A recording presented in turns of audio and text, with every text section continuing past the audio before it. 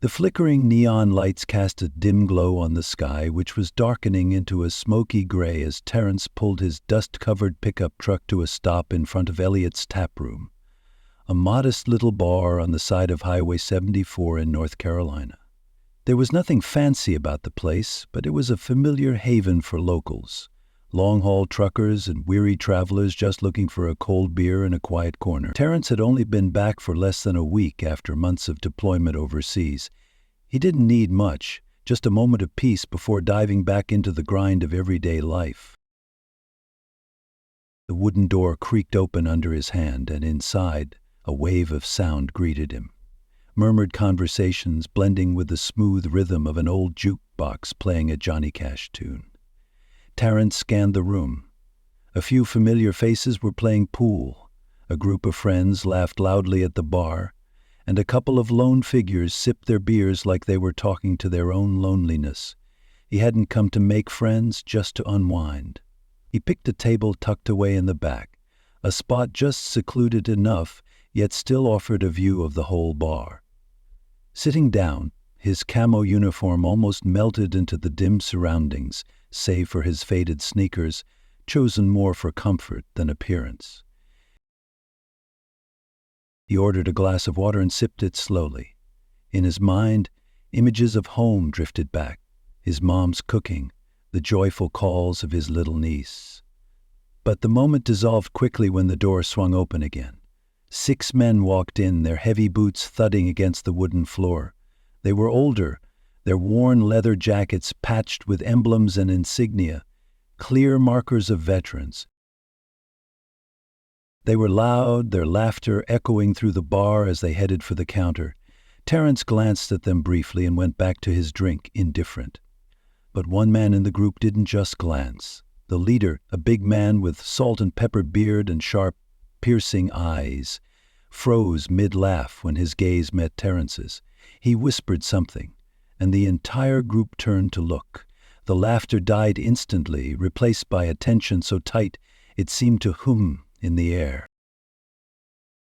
Terence knew that look all too well. A look of judgment, no words needed. He stayed calm, his eyes fixed on the jukebox as if deeply listening, but he was tuned in to every shift around him. At the bar, the veterans huddled together, their voices low but sharp. The leader said something that made one of them chuckle, a cold, unfriendly laugh before throwing a pointed glance toward Terence. Though outwardly unfazed, Terence could feel their eyes pricking his back like needles. Years in the military had taught him not to overreact, but vigilance never left him. Tonight was supposed to be simple, just a quiet break. But fate, it seemed, was scripting a new chapter he hadn't seen coming. The jukebox kept spinning that old tune, but the heavy footfalls soon drowned it out. The group of men started walking toward Terence's table. The salt and pepper man led the way, his gaze like a hook, locked tight on Terence. The entire bar froze. Conversations died down. The bartender paused mid-motion, and regulars glanced over quietly, concern etched across their faces. Terence set his glass down and leaned back in his chair. He knew the moment of confrontation was drawing near. But he also knew one thing. Sometimes the most terrifying thing isn't the sound of gunfire. It's the silence before the storm. His calm appearance was just a mask for the tension tightening in every muscle under his skin. He wasn't letting his guard down. The battlefield had been drawn, and the first strike came swiftly. "Hey," the leader barked, stopping just a few steps from Terence's table. His voice was rough, like crushed gravel laced with contempt. "Nice uniform. Get it from a costume shop?" The group burst into laughter, sharp and biting. Terence looked up, his gaze steady and still as a fall lake. He'd heard worse, far worse, and heavier. "It's mine," he replied evenly. "I earned it with sweat." The man raised an eyebrow, feigning surprise. "Sweat, huh? That's cute. I've seen a lot of real soldiers, and none of them wear sneakers with a uniform. You trying to fake being military for some pity or a free beer?" Terence's jaw tightened slightly, but his voice stayed calm. "I don't need pity, and I'm not looking for a free drink. I just want some peace." The man sneered and leaned in, his breath thick with beer, hitting Terence full in the face. "You don't look like a soldier," he said with scorn. "Where's your boots? Your military ID? Or do you not even know how to salute properly?" Another man jumped in. "Bet he doesn't even know the first drill from basic training." "Probably never seen a battlefield in his life," another added, and the group broke into mocking laughter. Laughter from men who'd clearly never felt the bite of real gunfire. Terence stayed silent. His eyes moved slowly from one man to the next. He wasn't afraid, but he wasn't about to throw fuel on a fire either. Experience had taught him that not every fight was worth picking. Still, something about this encounter itched at him. Not just the insults, but the ignorance behind them. "I don't have to prove anything to you," he finally said, his voice low but firm. A simple statement, yet it sliced straight through the man's arrogance. The leader, clearly losing patience with Terence's calm, stepped closer, his broad frame blocking the light from the overhead lamp. "You think you're some kind of hero?" he hissed. "Walking in here like you belong? Well, I don't think you do." The entire bar held its breath. No one moved. Even the jukebox music seemed to fade beneath the thickening tension. Terence met his eyes without flinching. "I served 3 tours overseas," he said, each word landing like a hammer. "And I don't need your approval to know where I belong." The group fell silent. The leader froze, the confidence in his stance cracking under the weight of an undeniable truth. But pride kept him from backing down. Instead, he let out a bitter laugh. "And prove it. Show us your military ID. Otherwise, you're just a liar." Terence glanced at the others. Some of them looked uneasy now, their eyes flickering. They weren't so sure of their leader's words anymore. But none of them spoke up. He exhaled slowly, pushing down the anger rising in his chest. "I don't owe you any proof," he said, his voice calm and resolute. "But if you think picking a fight here is a good idea, I suggest you think again." The air in the bar was taut as a tripwire. The bartender's hand hovered near his phone, ready to dial the cops at the first sign. Other patrons shifted in their seats, their eyes darting between Terence and the group. Everyone could feel the danger crackling in the air. But the leader didn't flinch. This time his smirk was razor-sharp, calculated. "You've got a quick mouth," he growled, his voice low and grating like a blade on metal. "Let's see if your hands are as fast." The room seemed to freeze, a breathless moment, tight as a wire pulled to the breaking point, needing only the slightest pressure to snap. Then, suddenly, he lunged, grabbing for the collar of Terence's shirt. But his charge was clumsy, more rage than skill, and that's when everything changed. Terence didn't think. He reacted. Years of training had hardwired his body. He shifted to the side, dodging the grab, and immediately caught the man's wrist mid-air. In one smooth motion he pivoted, twisted the arm behind the man's back and slammed him face down onto the edge of the table. A cry of pain escaped the man's lips, his bravado vanishing like smoke. The bar fell into stunned silence. A few patrons gaped, whispers rippling across the room. The biker gang froze in place, eyes wide, watching their leader held down like a rookie. No one moved. Terence's voice cut through the silence, deep and steady. "I warned you. Don't be stupid enough to start something." He leaned in slightly, his grip firm but controlled. "You have no idea who you're messing with." The man squirmed, but it was useless. The calm precision of Terence's movements shut down any hope of escape. From across the room, one of the bikers stepped forward, hands raised in a half-hearted attempt at diplomacy. Hey, just let him go. He didn't mean anything by it." Terence looked up, locking eyes with the man. "He made the first move. You all saw it." His voice didn't waver, as if he were discussing a report in a quiet meeting. "If you want him released, tell him to calm down first." At that moment, the bartender, who had been silently watching, finally spoke, phone still in hand. "You all better leave before this gets worse." But the leader, now called Hank by one of his men, wasn't ready to walk away. Still pinned, his face pressed to the cold table, he gritted his teeth and snarled, "Call the cops. This guy attacked me. He's wearing a fake uniform. I want him arrested." Terence released him with a precise push, no more force than needed.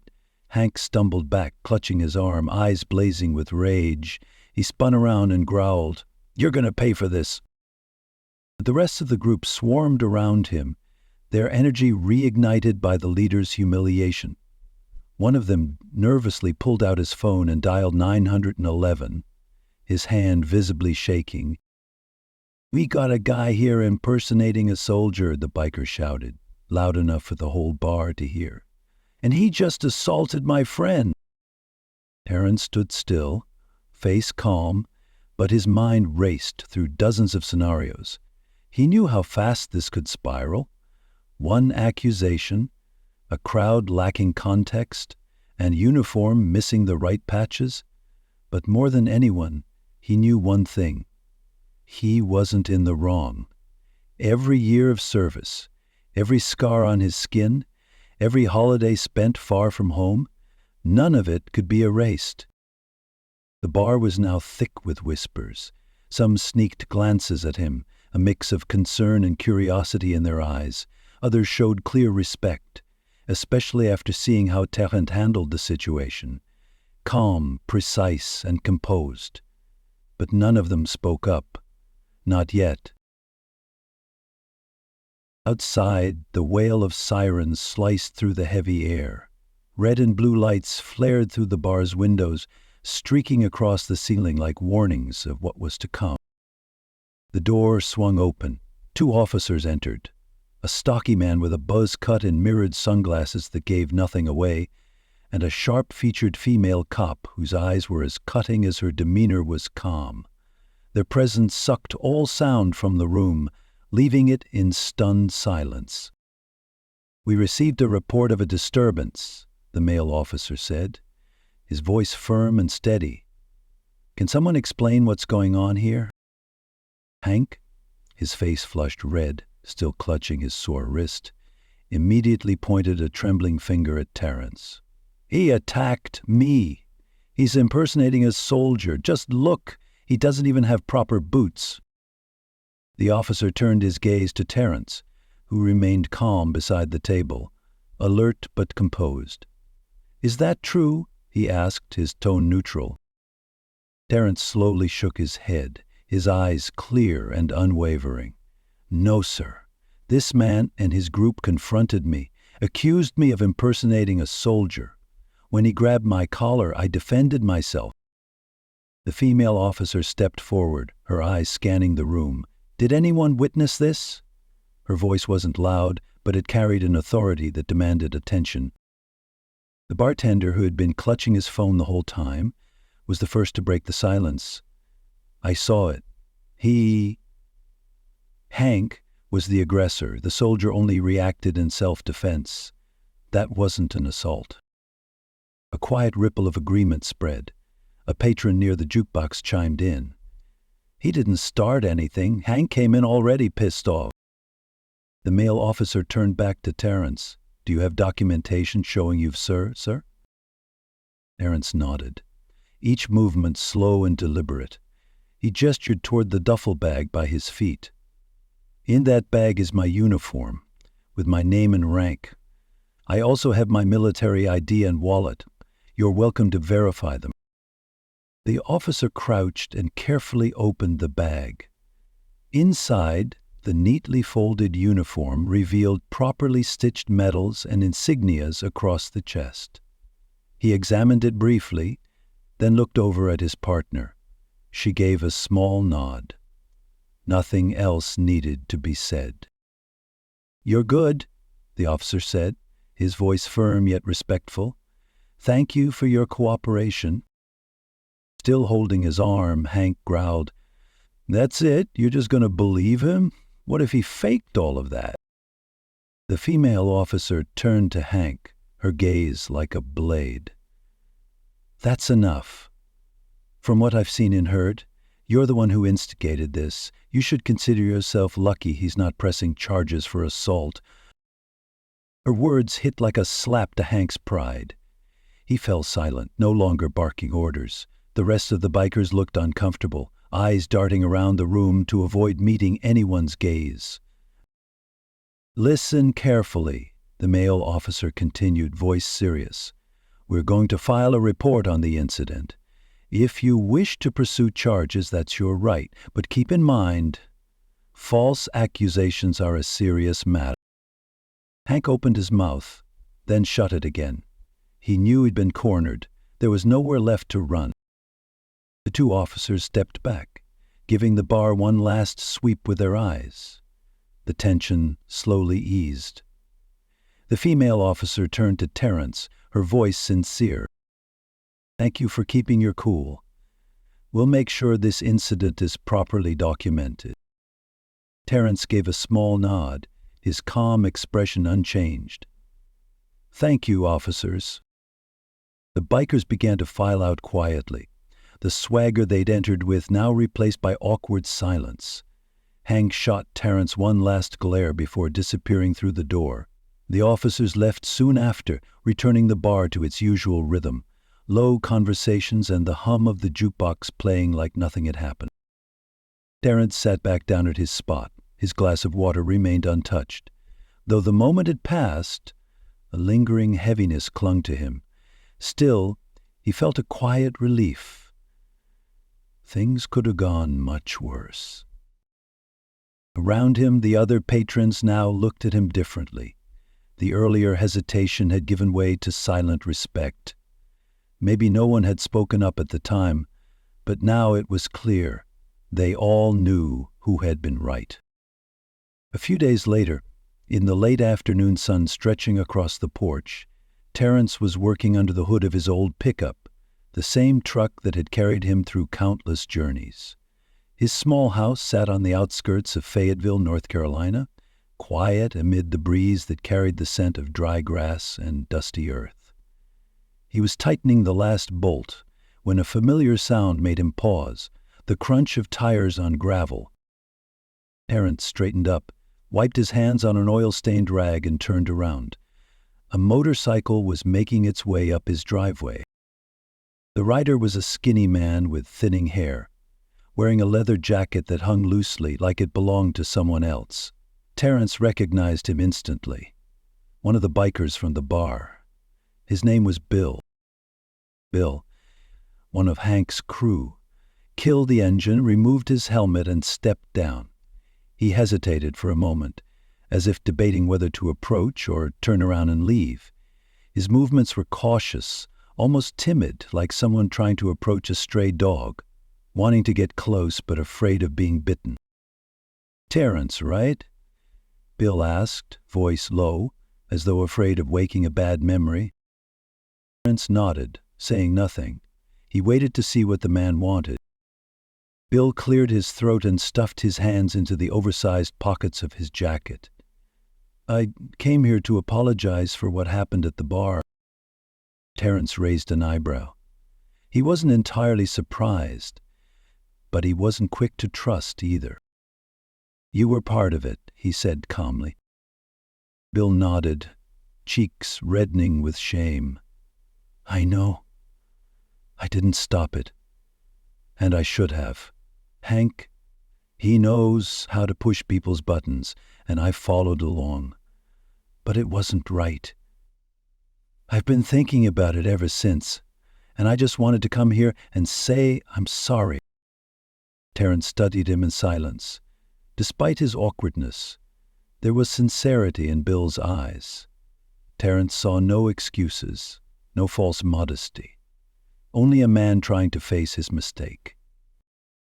"Away now?" Terence asked, his tone still neutral. Bill shrugged, staring down at his dusty boots. "Because it's the right thing to do. And because the way you handled everything that night, it made me realize just how wrong we were. You didn't deserve that." Terence didn't reply right away. He exhaled slowly, then leaned back against the truck, arms crossed. "So what are you here for, Bill? Forgiveness?" Bill looked up, his eyes surprisingly honest.